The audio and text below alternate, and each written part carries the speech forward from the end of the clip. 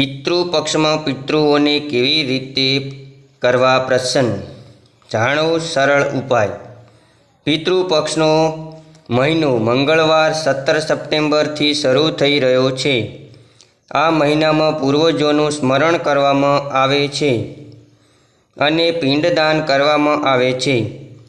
તેનાથી પૂર્વજો પ્રસન્ન થઈને આશીર્વાદ આપે છે। પિતૃપક્ષ દરમિયાન પિતૃઓનું તૃપ્ત થવું ખૂબ જરૂરી છે। જો પિતૃઓ સંતુષ્ટ ન હોય તો તેઓ આશીર્વાદ આપતા નથી। એટલા માટે આ મહિનામાં પિતૃઓ માટે તેમને સંબંધિત તિથિઓ પર શ્રાદ્ધ કરવામાં આવે છે। ચાલો જાણીએ કે પિતૃપક્ષ દરમિયાન પિતૃઓને પ્રસન્ન કરવા માટે તમારે કયા કયા કામ કરવા જોઈએ। પૂર્વજોને પ્રસન્ન કરવા માટે પૂરી શ્રદ્ધા સાથે તર્પણ અને પિંડદાન કરવું જોઈએ। પૂર્વજો મનુષ્યની સાચી ભક્તિથી પ્રસન્ન થાય છે। પૂર્વજોની પૂજા દરમિયાન તમે 5 જીવો માટે જે ભોજન તૈયાર કર્યું છે તે પૂજા પૂર્ણ થયા પછી આ જીવોને ખવડાવવું જોઈએ। દેવતાઓ, પીપળાના ઝાડ, ગાય, કૂતરા અને કાગડાને અન્ન જળ આપવાથી પિતૃઓ પ્રસન્ન થાય છે।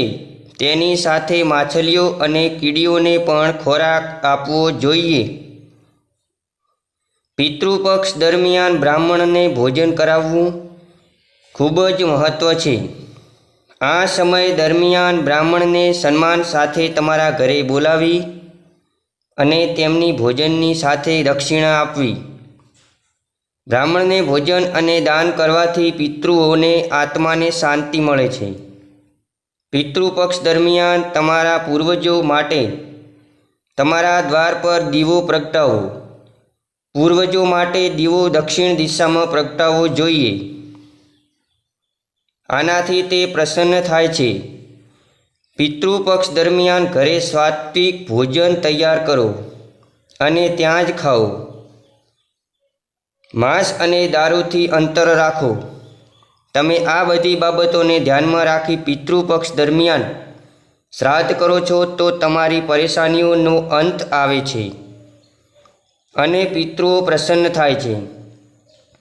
મિત્રો, આ વિડીયો તમને ગમ્યો હોય તો વિડીયોને લાઈક, શેર અને સબસ્ક્રાઈબ કરવાનું ભૂલતા નહીં। તો ફરી મળીશું એક નવા વિડીયો સાથે। ત્યાં સુધી નમસ્કાર। જય શ્રી કૃષ્ણ, જય માતાજી। આપનો દિવસ શુભ રહે।